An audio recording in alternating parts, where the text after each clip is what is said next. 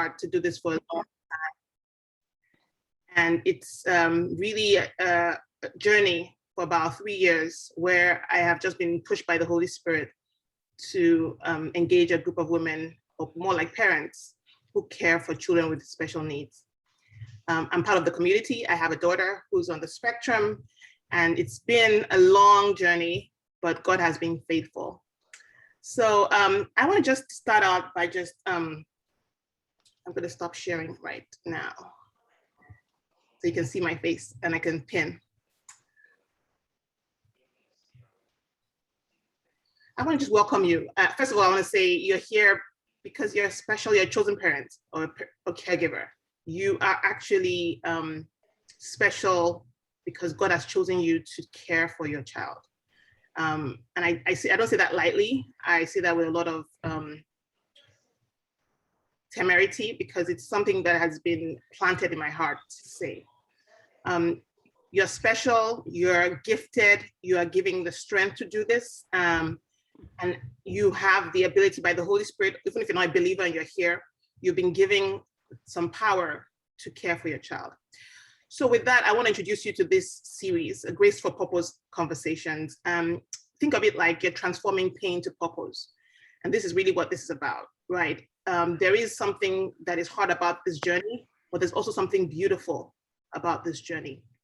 And we'll hear more as we go along the series, and we're going to have a lot of people coming in with some discussions. But I want to give a theme for this project is really to change the garment of burden and shame and guilt and replace it with joy and hope and power through God's grace, knowledge, wisdom, and faith. That's really what this is about. I'm going to be sending you some links on the chat if you need to reach out to me or the group. It's by disclaimer, we do not have all the answers. We might be able to forward you resources here and there, but we do not know it all. We're here to have a dialogue, a vulnerable dialogue, to rub minds, iron sharpening iron, and just building each other up. A community of people that will not do it alone. That's what we're here for. So I want to welcome you. Thank you so much for coming. And I'm just going to I'll tell you what's going to happen today and then introduce the speaker to you. So we're going to have this introduction as I've just had, and we're going to kind of introduce the guest. She has a set of slides. She wants to kind of set up the stage so you know who she is and where she's coming from, and then we'll have questions. I want to preface by saying that the guest, Mrs. Moradeyo Olorinnishola, is somebody that you should tap into right now. She's been navigating this journey for 20 years. And then you hear that 20 years, it's not a joke. We could tap into this. There's an anointing, there's a grace that comes from staying power that comes with caring for a child for that long. So I'm hoping you're all gonna kind of tap into it and lean into what she says today and be participative.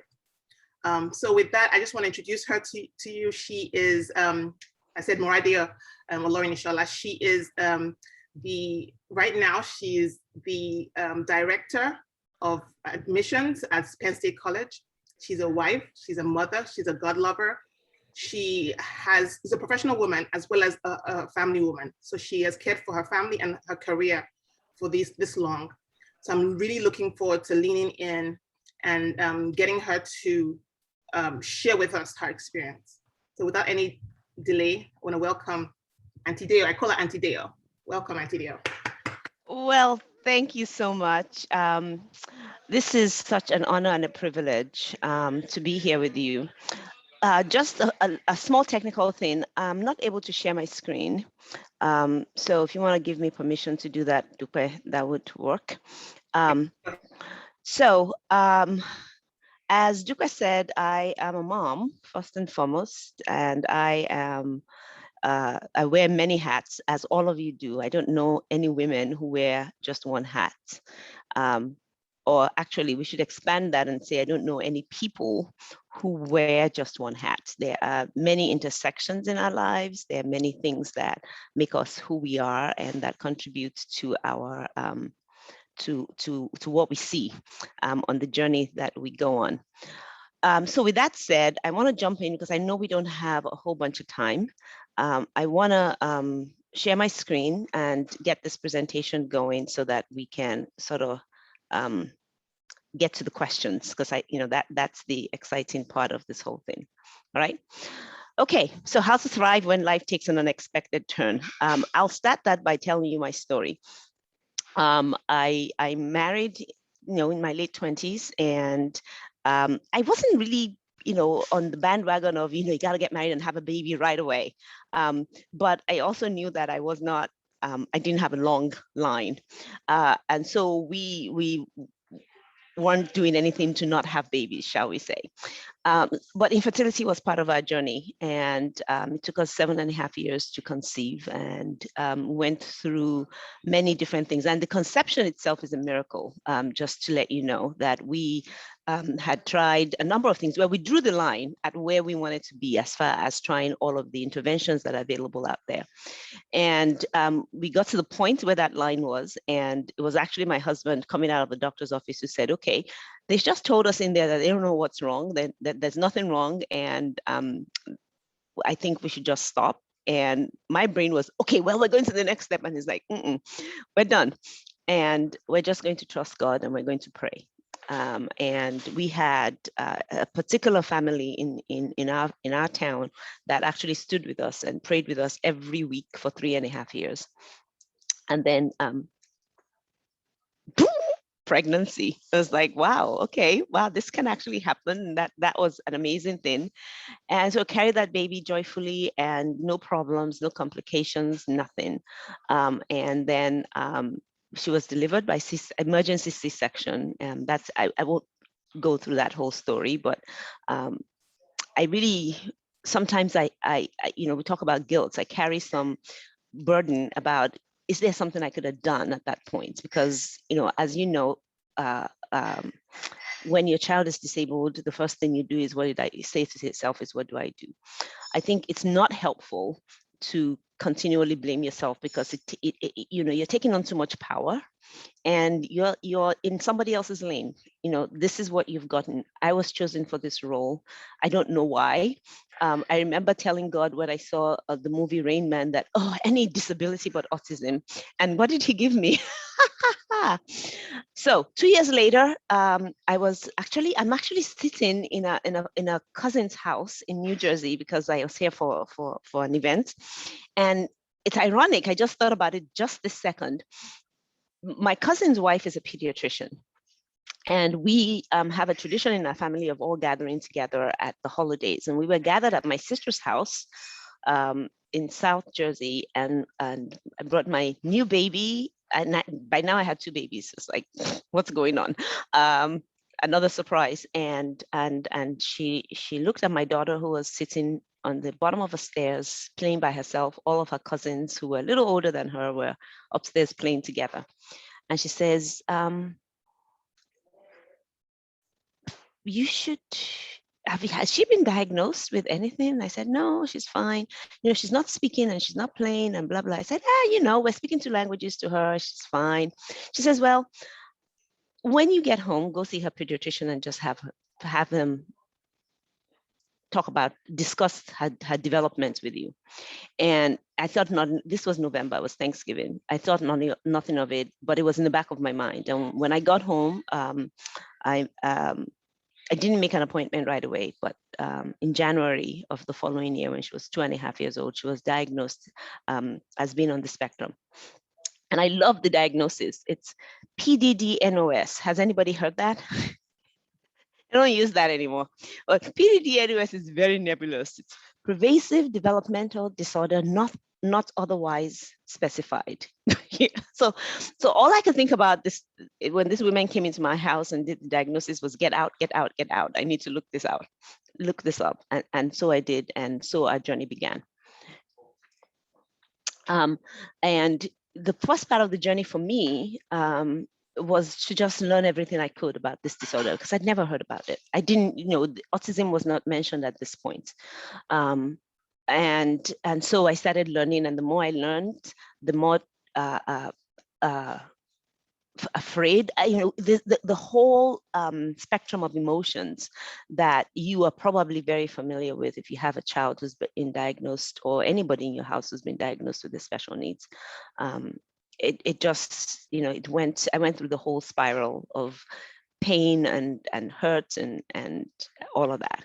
But you learn everything that you can about your situation, because education is powerful. Knowledge is a tool that God has given us to help with our situation, and to help direct us.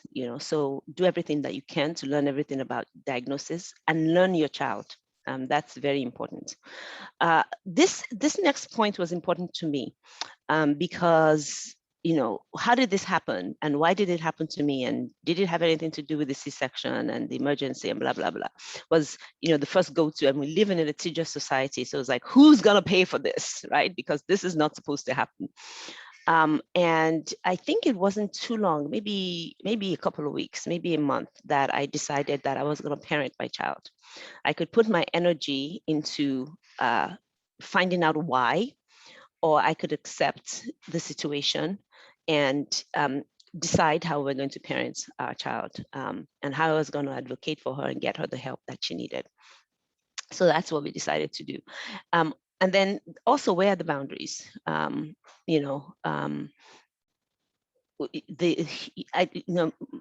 of you may not be old enough to remember. I'm dating myself a bit, but a statement that we make, that we know instinctively in our upbringing, especially outside of this country, I think most of us on here are Nigerians, is it takes a village. We have never bought into the notion that you as mom have to do everything, or you and your husband have to do everything. You lean into your family in ways that make sense for where you are and who you are. So where the boundaries really refers to how big is that circle going to be for you? Where are the boundaries with what you're willing to do with and for your child? What fits into your life? What makes sense? Because person X is doing certain things that you're not able to do for whatever reason, you're not going to take on guilt and shame and second guess yourself. You're going to decide how much this is going to consume your life. And as you know, this can be all consuming depending on the severity of your child's situation. But it's going to be very important to you for you to plug into a community. I'll tell you that in the beginning, I really did not want to plug into the autism community. And the reason was, of course, I was still in denial. And part of it was also saying, well, if I want her to be well, if I want her to not be autistic anymore, if I want her to switch to the neurotypical side of the scale, well, she needs to see examples of people who are neurotypical. And that there's some truth to that. But there's also a lot of truth to plugging into the community, because you learn a lot. You will find that there's a lot of information out there. There are things that you don't know. There are resources that you don't know about. And unless you're plugged into a community, you're not going to be able to find this out. This journey can be very isolating, and it is wonderful, depending on what your child is displaying as symptoms and features of their disability. It's going to be important to be in a community where you feel safe and supported and people understand. When your child walks into somebody else's house and starts rummaging through all their stuff looking for computer outlets, a person with a child on the spectrum gets it. When your child starts climbing the bookshelves and not speaking or screaming or whatever it is that they do, as a feature of their disability or disorder, it is very easy to feel isolated. Going to church can be difficult. There's all sorts of challenges, and you know this as well as I do. So plug it into a community where you can actually just breathe and feel safe is going to be important. Let others help. We tend to be, especially in this country where we're individualistic and we're in our little silos. It's very, very hard to let others help take care of your child. I live in a small town that has a small Nigerian community, but everybody's a professional, everybody's busy. But I remember once having to go to Nigeria. It was kind of very sudden. And I just, my husband was already in Nigeria with our other child, and I had to go. and I could not take my daughter. And a friend said, I'll take care of her. It was like, what do you mean? You take care of her for, I'm gone for a week. She says, yes. I said, well, how are we going to do that? She said, I'm just going to move into your house. I'm going to move into your house. She and I will figure it out. And she did. You know, that was unexpected. That's part of being part of a. She didn't have any kids on the spectrum. She hadn't, you know, even babysat for her before. She knew her, but you know, but they figured it out, and it was wonderful. It was great. Um, don't try to isolate yourself, I guess.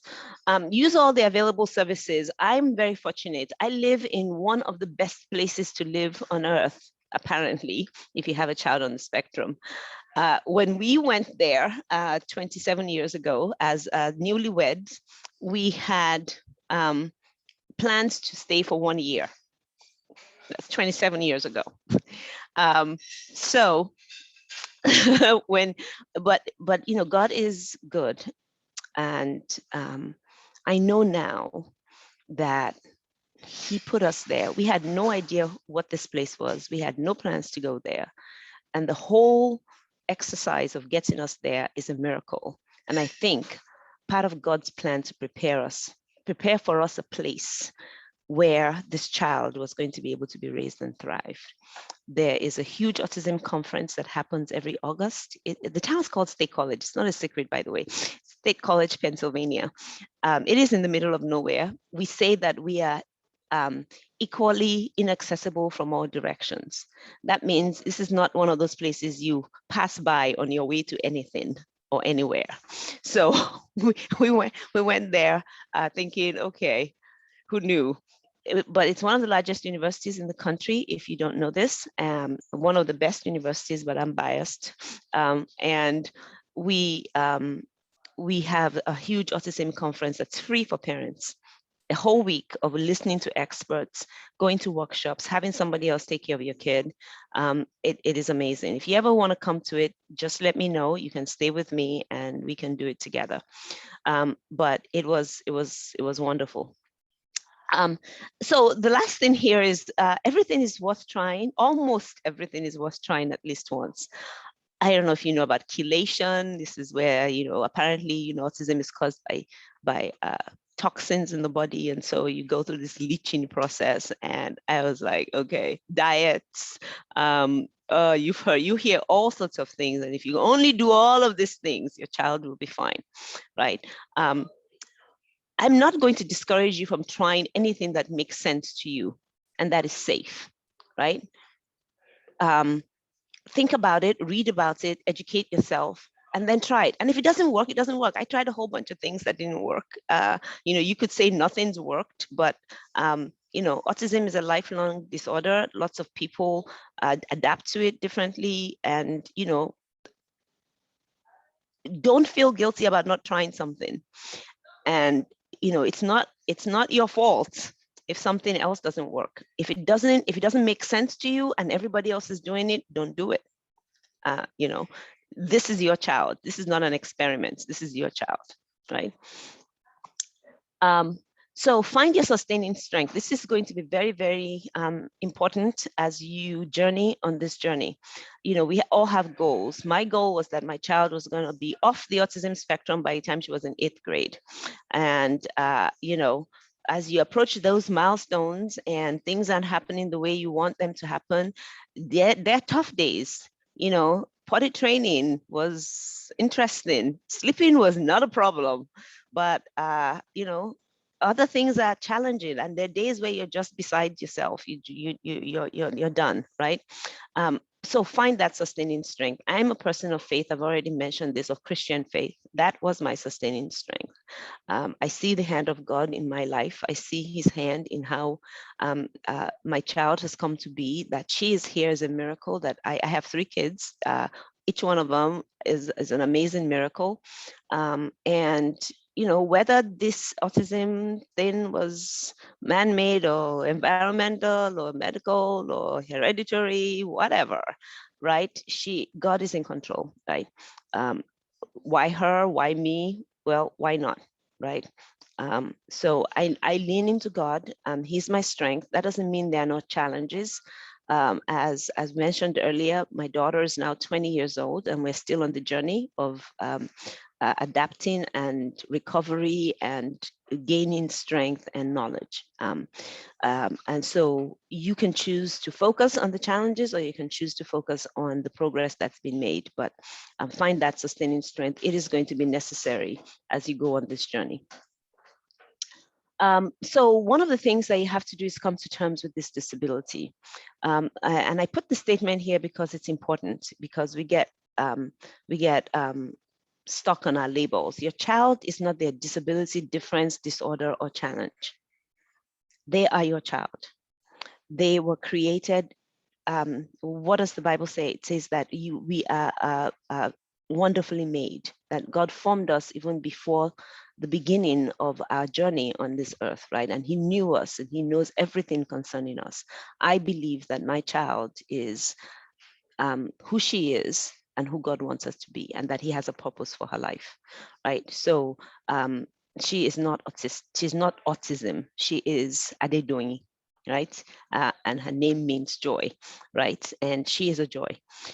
But it's easy to focus on the things that she's not doing to the detriment, or and miss the things that she is doing. So choose to focus on those things, and then that will help you to capitalize on those strengths to help her find purpose, okay, or him. So your goals and aspirations are going to change. How many of us have children that we, just as long as they're alive and, we're Nigerians, right? Especially, we're like, you're going to be a doctor, you're going to be a lawyer, you're going to be this and that and the other things. My first child, she's going to be this, that, she's going to be perfect. Get over it, right? Because at the end of the day, when you look at your child, whether they are on the spectrum or not, you don't get to control what they become in life. You can have goals and aspirations, but those should change to match who they are, their abilities, their personality, their desires, what God is speaking to you about their life. All of those things will become part and parcel of the end result, right? So yes, have goals and aspirations, but they might change. Their successes are going to look different. When you finally conquer, toileting, it's amazing. When I don't know about your children, but mine surprises me every day. There are things that I think, oh, how's she going to do this? And she just takes it on. And here's the other thing. She tells me what she's ready for. If I'm trying to do something with her that she's not ready for, it just is like pulling teeth. And then a week later, she just starts doing it. And you're like, what happened? What happened? She tells us, and so read your child, learn your child. Their successes are going to look different. My other two children are neurotypical, and they, do things effortlessly. Because I know it's a struggle for doing, I notice, right? And I notice when she finally learns to read. I notice when she's able to self-help in whatever it is that she's doing. And, it just helps me to appreciate those milestones a whole lot more. In the things that we take for granted, it's amazing. And I see her as a slowed down version of the growing up process, and it's amazing to be able to appreciate that. And you celebrate their achievements, just like you celebrate the achievements of your other children, right? You celebrate their achievements. You take additional pride in it, because you know what a struggle it is for them to get to where they are. So it's a huge deal that she can take care of her cycle herself. It's a huge deal that she knows how to do laundry and cook and any number of things that she can do for herself. So it's a huge deal. So you celebrate those things. And your child is perfect in their imperfection, right? When you really come to think about it, none of us are perfect, right? There are things I want to be. I want to be skinny and What else? Okay, let's just go with skinny, right? And okay, you know, but I like food too much. So there you go. That's my imperfection. I know that sounds sort of facetious, but really, none of us are perfect. All of us have challenges. All of us have things that we want to do that we're not capable of doing, or that we fail at just because, you know, we're lazy, we're too distracted, we don't have the abilities. There any number of reasons that we are imperfect. Just because our world says that this is neurotypical and you have a child who is different in that way does not mean that they are less than. It just means that our world is not developed for the kids that we have, right? I remember my older sister was left-handed. She was a natural left-handed person. And when we were growing up, you know, that was, you know, almost taboo. It's almost, well, how can, you know, and my grandmother used to really harass her and spank her every time she tried to do something with her left hand. And I felt so bad that I started learning to use my left hand so that she didn't feel alone, right? And when you really think about, have you ever tried to use a pair of scissors? If you're a right-handed pair of scissors, if you're left-handed, yeah, it is very uncomfortable and painful. You won't know this unless unless you go down that road. But in the same way, our world is developed for people who can speak, who can see, who can hear, and who can make quick decisions. That's what our world is developed for. The fact that you are blind or deaf or have any other kind of difference just makes you, it just creates unique challenges, right? But that doesn't make you any less capable than anybody else. You just have to adapt. And then you learn to parent differently, you know, have a lot of patience, one person told me when my child was young that the rules are the same. The things that the cure for autism is the same thing that you do for all other children, right?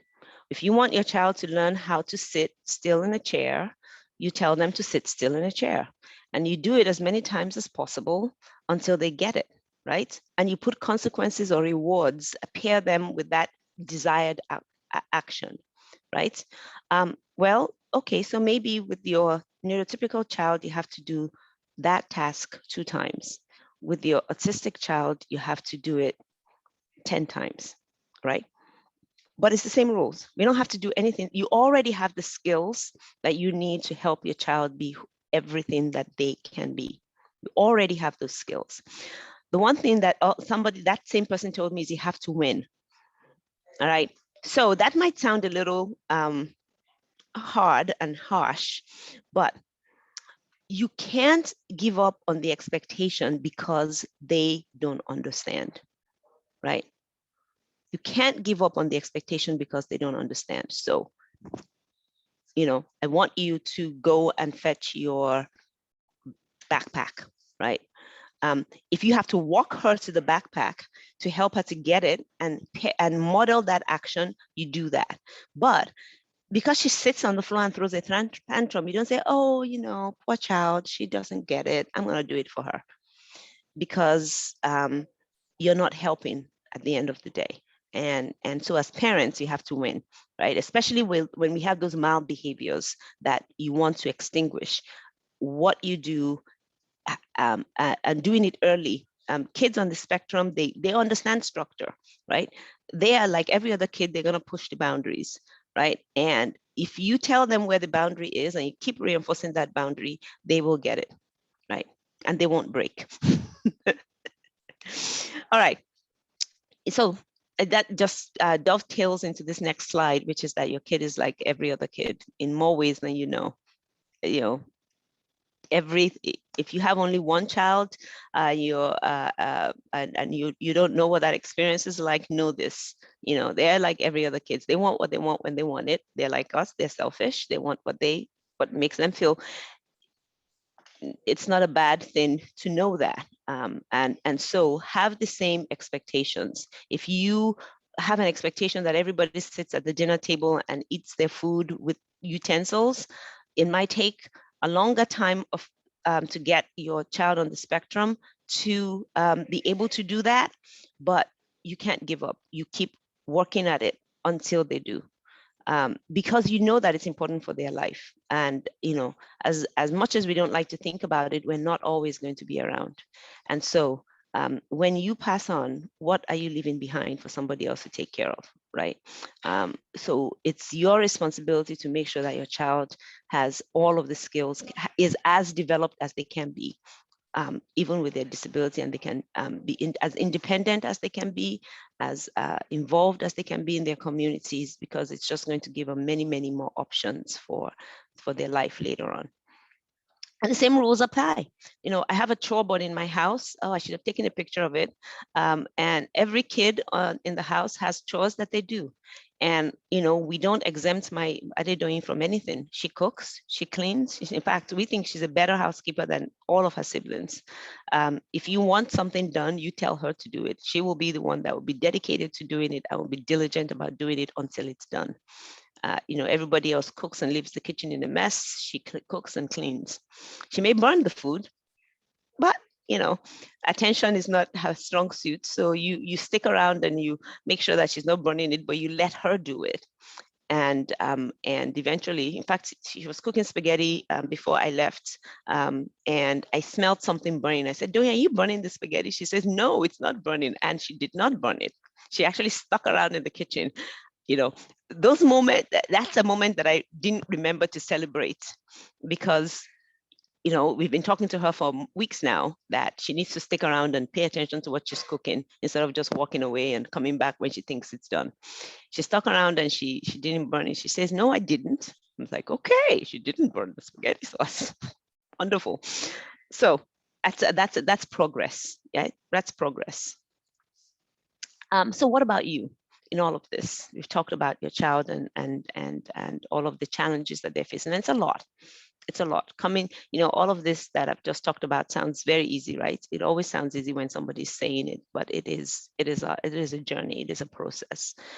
So take the time to process your own stuff, your own feelings about it. Set aside the guilt, set aside the shame. Yes, she's your responsibility, but at the end of the day, by my faith, she is God's child. He's the one that created her, and he gave me assurances concerning her that she is his, and he has a plan for her, and he's going to do with her what he wants to do with her. So easy for me to start crying and boohooing about, what I can do, what I should be doing, what didn't I do. I needed to set that aside and really surrender her. And it's a process, because, we put things down, we pick them up again. So process your own feelings. It's going to make you a better parent. Don't neglect your mental health, right? You need a break. Again, that's where plugging into a community is important, right? So you need a break. Get a break. Ask for a break. Ask for what you need. Go talk to a counselor if you need it. Do what you can to be your best self. The whole spectrum of your life should not be consumed in autism. And it's very easy, or whatever your disability is that you're dealing with, shouldn't be consumed in that. You have other children, they need your time. You have a spouse maybe that needs you as well. You have work that you have to do.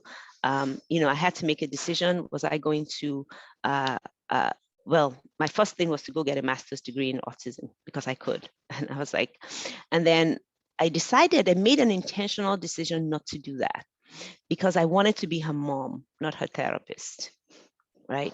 And I knew, and I didn't want to look at her through the lens of a therapist or a professional. So you get the help that you need. That may be different for you. I'm not judging that at all, but that's the decision I made, right? For better or for worse. Resist the temptation to hide. And sometimes hiding is not intentional, right? But you know that your child is going to react in some sort of sensory manner when there's overload, where there's a lot of noise. She's going to run away, she's going to elope, she's going to escape or start screaming or start doing some, hand flapping, whatever it is that, and, I just don't want to deal with that today. Everybody's going to be looking at me.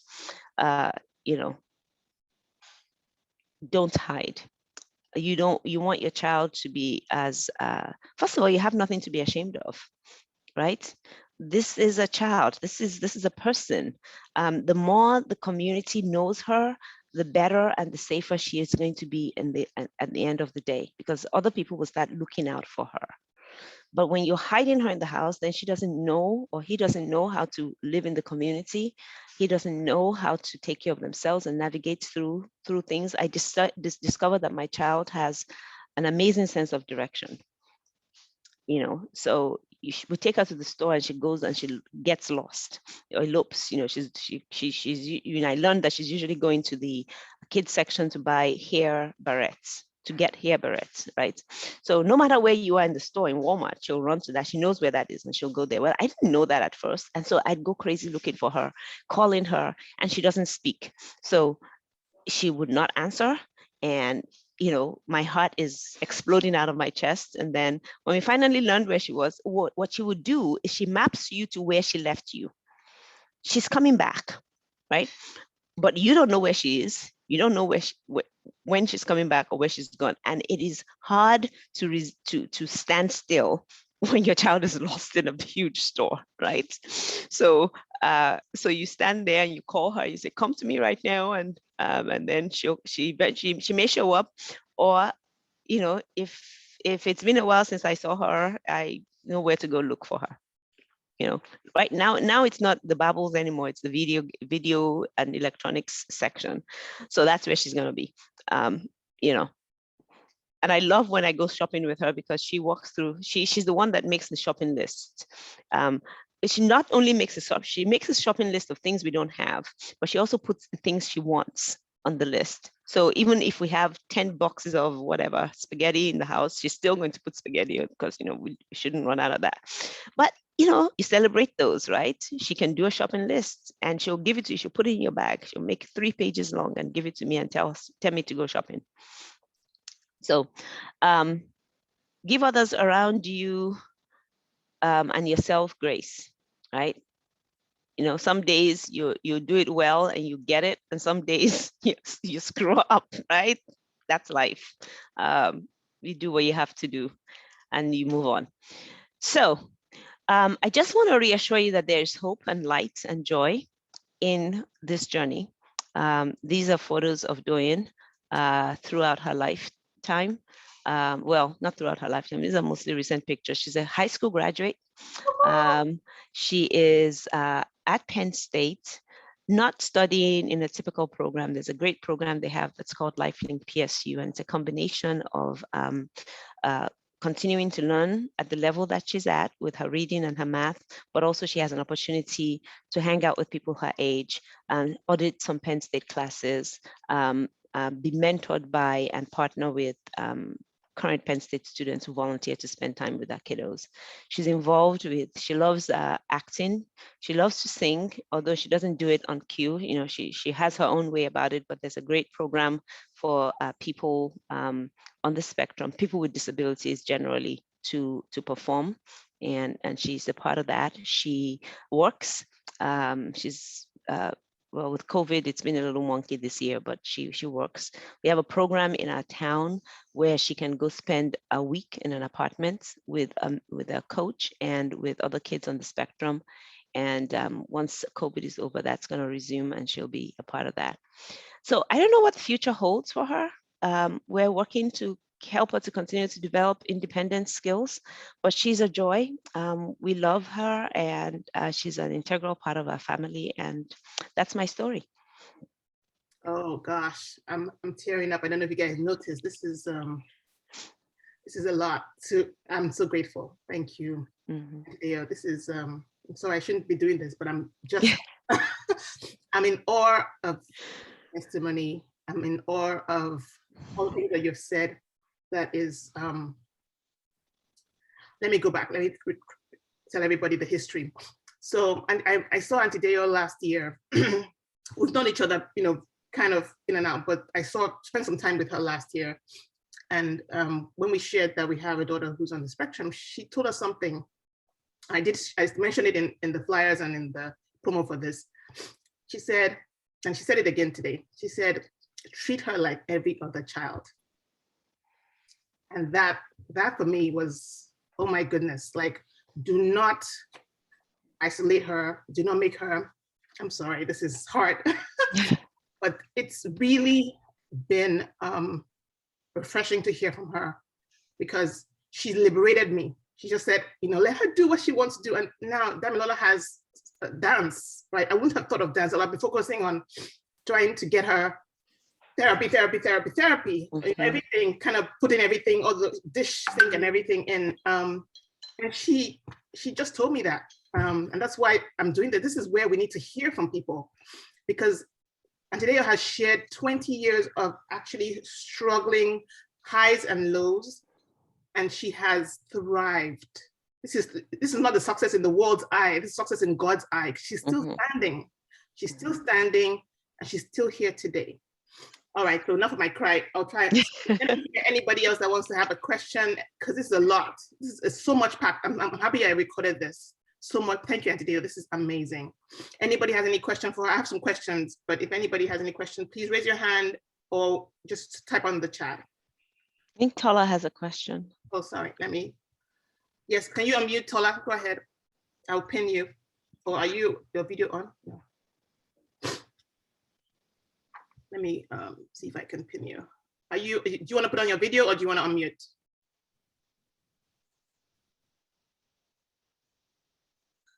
Okay, I don't know. Maybe it's inadvertent. I'm sorry, I think that was an error. I actually didn't need to raise my hand. Sorry about that. No worries. Anybody else? I have questions while we're waiting for people to dive in. So you said something that my friends and I have been discussing for a while, and I think Nika is here, somebody else is here. You said you chose not to be your child's therapist. And one of the things that we've been discussing is like, your number one, your child's number one therapist, right? That's one of the things that we discuss. How do you balance that, right? Right. So what I mean, so that doesn't mean you're not doing therapy with your child, right?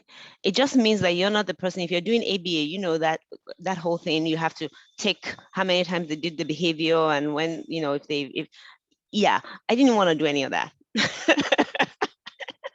I wanted to, that doesn't mean though that I'm not doing therapy. I'm just not keeping track and, and being the, now we have to sit down and do this drill, right?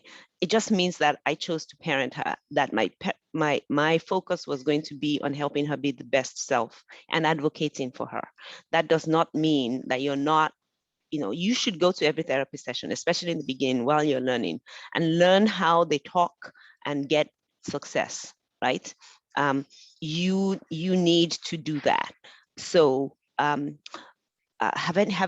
know if one of the things that I learned very early on from a therapist was 1, 2, 3 magic. It still works. 1, 2, 3 magic is great. If you don't know 1, 2, 3 magic, you need to know 1, 2, 3 magic. And basically, 1, 2, 3 magic is you say to your child, Adedoyin, I want you to go and sit on that chair. And then you count to 3. 1, 2, 3, and you count visually. And on 3, you pick her up and put her in the chair, right? It's magical, especially if you have young kids. It works because once they know that is going to happen, in fact, before I count to 3, she's in the chair. Learned behavior. It's called learned behavior, right? Yes. So you need to learn those tricks so that you can do life. Yeah. I mean, if you don't know how to talk to your child and you don't know how to help them gain skills, you're going to be running yourself crazy. So what I mean is that your primary focus is not on treating them, it is on parenting them. Yeah. For me. And advocating for them, like you said. Yeah. Yes. Mm-hmm. All right. So I have another question. And I think this is very a pertinent question for Christians. And if you're not a Christian here, just hang on with us for a little bit. We pray, we do all the, the spiritual things. And so the question is, there's a rhythm between doing the pressing and doing something, either therapy, teaching, medication. And there's a part of it that you're leaning on God and trusting God. That is the dynamic of the faith that we have. But can you give us some practical tips? How does that look like? Or how did that look like for you when you feel like you want to give up, or you feel like you want to press into prayer, but you're like, I need to do something as well. Yeah. So that, COVID is a great example. I don't know about you, but I live in a small town, and there are all this, crazy Christians who think that taking the vaccination is somehow not trusting God, or that God is going to is going to heal us. But, just go back to the Bible. And what did God say when somebody has a plague, right? Sorry, that's my soapbox. Christianity and science are not mutually exclusive, right? How many people do we pray for to be cured of cancer or whatever, and they never get cured, right? God heals them in a different way, right? God has given man wisdom. He said in the Bible that he has prepared for us things for us to discover, right? He has, ahead of time, prepared things for us to discover. So all these discoveries are things that he's hidden. He's like a father who's, they found that. They found it. They found that thing that I've hidden for them to discover. Our children are his creation. If you're a Christian, you believe that she is fearfully and wonderfully made. He doesn't make mistakes, right? But sometimes we get caught up in ourselves, and we forget to look to him. I told you of our journey in State College. We tried very hard to get out. It's like, go look for a job someplace in the South. I don't like the cold. I still don't. But it was revealed to us over time why we're there, right? And it is the perfect place for us to be, not just for a child on the spectrum, but for other children as well. So you have to do your part and let God. Yes. I think it's my husband who says this to me. He says that doctors care for people, God heals, right? So therapists and all of those scientists and all of those things, they all have their place. Again, pray about it. I remember one time thinking that I needed to put my daughter on a special diet. I mean, at this stage in her life, she was eating 5 things, right? 5 things. And so here I was trying to take gluten and dairy out of her diet, and her diet was gluten and dairy. So I went to the store, I bought all this stuff, and then I got home and I burst into tears. And I mean, after spending all that money, I didn't seek God first. I just was looking for the next thing to do, right?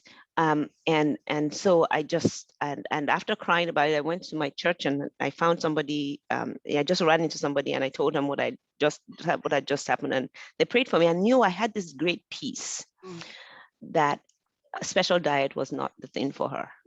Now, I can second guess that in my moments of weakness and say, maybe if you had done it, maybe if you had done this, maybe you have done that. But I just had a peace. And even till today, I have a peace about her that, God said to me, she's mine. I am going to take care of her. And I will not share my glory with anybody.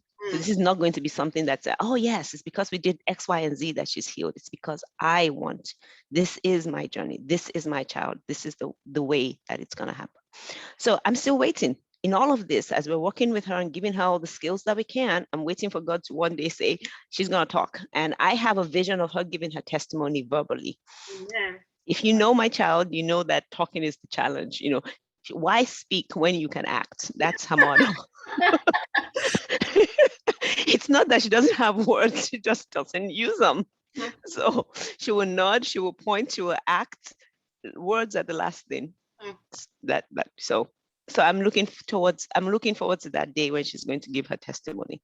I believe it's going to happen. And so shall it be. Yes. Any questions? I have so many questions, guys. If you don't speak up, I would ask. I have a lot. This is 20 years. My goodness, there's a lot to ask today in the next 10 minutes. So please, if you have any question, raise your hand and I'll unmute you, or you can type it on the chat. While we're waiting for that, I want to maximize the time. What would you tell the younger Deyo? Think back. What will you tell her? Diagnosis, 2.5-year-old child's diagnosis. What will you tell her? I'm speechless because there's so many things. Don't be so hard on yourself. Don't be so hard on yourself. enjoy the moments. I should probably have prayed more in the beginning. It was hard. Yeah. So, you can always look back and reflect on life. I don't really necessarily have regrets about anything, but certainly I'm sure there are some missed opportunities. I think that I didn't plug into the autism community as much as I should have. This is an area, and I told you why. I just thought, I don't put my kid with those kids. She's not going to be here long. I did not want to really associate with people in the community. And I regret that a little bit, because I think maybe there are some missed opportunities there. I don't know that she has friends, a lot of friends on the spectrum or off the spectrum. And, friendships are hard when there's no speech, right? So I don't know if more plug into that community would have helped, but that's me set 20 years later, second guessing. Thank you, Auntie Dio. I think somebody has a question in the chat. Go ahead. I'll let you read it and answer. Sorry, where is it? Yemi O. She said, thank you, Auntie Dio, for the wonderful testimony. Please, do you have any tips for parents of an only child and concerns about the future? Yeah. So again, concerns about the future are perennial. They are perennial whether your kid is on the spectrum or not. At least for me, it is. I look at my other children and I appreciate and love the fact that they are neurotypical, but I don't know what's going to happen to their future. I think I know because they're neurotypical, that they're going to go to college and blah, blah, blah, blah, blah. But, just look around in our society and you see all sorts of challenges, expected and unexpected, happening to families. So I think having a child with a disability just helps you to be more acutely aware that the future is uncertain, right? But it is certain in your faith in God, because His word promises us that He will take care of us, right?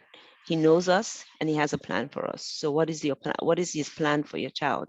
I think you need to plug into that first and foremost. I think you're asking about what's going to happen. Only child, and you're not going to be here forever, right? This is where plugging into the community is important. There are the legal aspects. My child is now 20 and she's independent. They're supposed to be asking her questions and I'm supposed to be on the other side. Thank goodness I live in a small community. And it's like, yeah, we know she's not going to answer us, give us be able to advocate for herself or make decisions about certain things. So I still get pulled into a lot.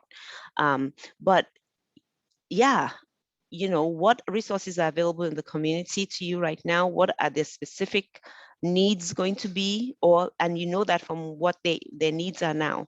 I think when your children are young, focusing on giving them as many skills as possible is key. And maybe they'll get to the point where they can function pretty well in a neurotypical world, but maybe not. So for us, one of the things that I've done, we had intentions to do this even without knowing what our child was going to be struggling with. But I'm lucky enough to have family. I have 2 sisters and a bunch of cousins in the US. Right. And they all have children that are older than my children. And what I've done is continue to plug into those communities and say, this is your cousin. They all know her. They all love her. But begin to socialize with them that, at some point, she is going to be your responsibility, not in the sense that, she's going to come live with you and all that, but she's always going to need somebody to protect her and to look out for her and to care, right? And so developing those relationships and making sure that she is in their company enough that they know her and care about her and will look back to see if she's there. So you surround her with as many people who care about her and who will advocate for her when you're no longer able to. It's hard, but and it's going to look different for everybody, but you find those resources. And God hears and provides. Yes. He does. Yes. Tokumba has a question. She says, how can a friend and other parents be supportive? Like, How what are can, how can a friend or other the other parents? parents? I Yeah. guess your friends and other Yeah. parents. What are the things that they wish they will ask you or support you with, or not say or not do? So, people are always going to function at their level of awareness. Um, um, all of us have stories of somebody who said something insensitive. That happens, right? You have to be able to let those things go and have a forgiving spirit. That is hard to do when you have been hurt, right? But that's part of the journey, is learning that. I thought I was a very easygoing, forgiving person until somebody hurts my child or hurts my feelings, says something insensitive, and then, a mama bear and, hold a grudge forever kind of situation. I'm not perfect. so you learn to let go of those things. You let people be around your child, because that's the only way that they're going to learn that this is the way they are. I have a friend who will say to me, okay, what should I do in this situation? And then you tell them, right? People are going to be who they are. The people who are really who care about you and your child, those are the people you want around, right? So those are the people that you are going to lean into when they are there. Make sure that they're around them, visit, we go all sorts of places, and you just make this familiarity with who you are, who your child is the way that they're going to be able to help best. Yeah, and that's also a segue into kind of, empowering that parent who's ashamed of going out with. Mm-hmm. That's the benefit of going out, is that, long term, you're gonna, allow people to know more about how to manage. Yes. People look at you funny, you ignore them. You do what you have to do. And my child melts down in the middle of the store in Walmart, and we're like, okay, this is what we're doing today. And, and 1, 2, 3 magic.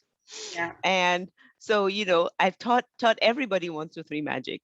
Doyin's siblings are younger than she is. And so, when somebody was going somewhere the other day and they weren't planning to they were going to the movies with their cousins and friends. And I said, well, did you ask Doyin? Well, Doyin isn't going to enjoy this movie. I said, I don't know if she's going to enjoy it or not, but you're taking her, right?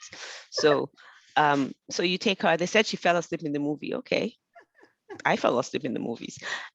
You just have to she needs to be pushed out of her comfort zone. She needs to be, she's attached to all the devices, she, you walk into a house and the first thing she needs is a place to plug in her phone, and she's looking at a video, and all her speech is reciting lines from the videos. Not all, but a lot of her speeches, right? So, when we're going out, I have to be intentional about saying, put that down, or put your phone away, and we're not going to do phones while we're eating or whatever it is.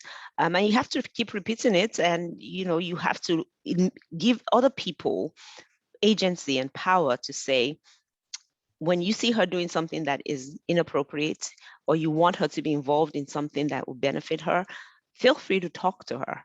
Talk to her like a person she understands, even if she doesn't speak. And they have to develop that comfort level. Excellent. So we're running out of time, or we're running out of time.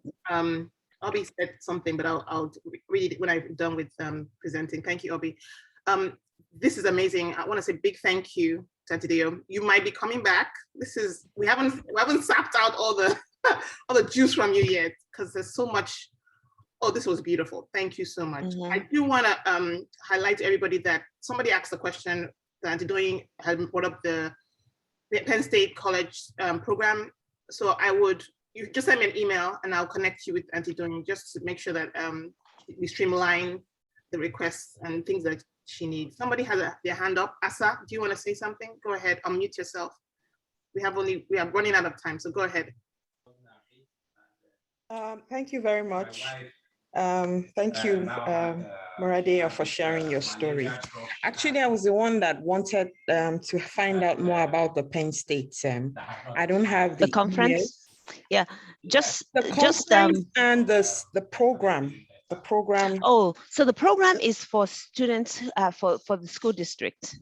So you have to be living in the community, unfortunately, to participate in that. But the conference is just go to Penn State's website and look for autism conference, and the information will come up. It's always the first week of August.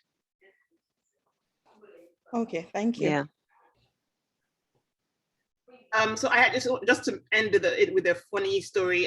Obi said that she took her daughter out. Yes, takes her daughter out everywhere and tell people who look or who ask. She's on the spectrum. She went to the zoo yesterday and she threw her phone into the gorilla cage, and they laughed over it and talked about how we give entertainment to the zoo goers. Yeah. So yeah. You turn everything into a flip side. Nikki, yes. I have a comment. Go ahead, Nikki. Oh, thank you, Dale, for sharing. That was very insightful, and yeah, it was amazing. The question I have is maybe like your last response to the fact that it's within the school district. I'm just wondering whether the asker of the last question, if you could just tell us what kind of program it is, so we could look for it in our own district. Right. So look at what the school offers. Many communities have programs for students beyond high school. So talk to their teachers in school and ask what they have available. And it's very variable around the country. As I said to you, this is one of the best communities to live in if you have a kid on the spectrum, but that doesn't mean this is the only one that has resources. You just have to tap into your school, start with their teacher, start and ask, what programs are available beyond high school, because your kids can stay in school till they're 21, right? So my daughter got, she got a certificate of attendance when she graduated from high school at 18, and then she doesn't have a high school diploma because obviously she hasn't met all the requirements. But the school districts are required to continue to educate your child through the age of 21. So whether that means that they're staying in high school as super seniors, or that they are in some kind of a hybrid program like the LifeLink PSU, if you want to look it up, is the name of the program. Or some kind of vocational training. There'll be some opportunity to work with agencies in town to give them skills, continue to give them skills in the school setting through their 21st birthday, but that will continue to also impact, that will also include services to help them learn job skills and life skills and those kind of things as well. Every community probably has something, just have to ask. Thank you. Mm-hmm. Thank you, Antidia. So this is the end of the session. Thank you all for coming. We have another planned September 4. As often as we get people that are willing to share their story and have discussions, this particular one will bless you, as you can see, right? Antidia has just blown us away, but Antitagera is another one. You may have heard of her. She was in a popular Twitter by her husband, and she also is a lawyer, author, and human rights advocate. She's going to be chatting with us September 4. So save the date. If you need to kind of reach out to me, I sent you the email address, or the link to the community that we have. We have a WhatsApp group where we pray. Well, we pray every month, but there's a WhatsApp group for praying parents, warriors, we call ourselves. So if you want to join, let us know. But I'm really happy that we had this session, and I'm so grateful to Antideo for coming. We'll be inviting you back. Thank you so much. Thank you so much for giving me this time, and I've loved spending time with you all. This is not something that I would have thought to do. I am so glad that you did it, and I am happy to continue to be part of your community. Please reach out if I can answer any other questions for you. Will do. Thank you so much. God bless you, everyone. Never give up. Whatever it is, never give up. Just keep pushing. God is in control. I know He is, but you yourself are in charge of your destiny to an extent. Keep pushing your child. Yes. God bless you. Bye-bye. Thank you, everyone. Thank you, Dukbe. Thank you so much. All righty. See you.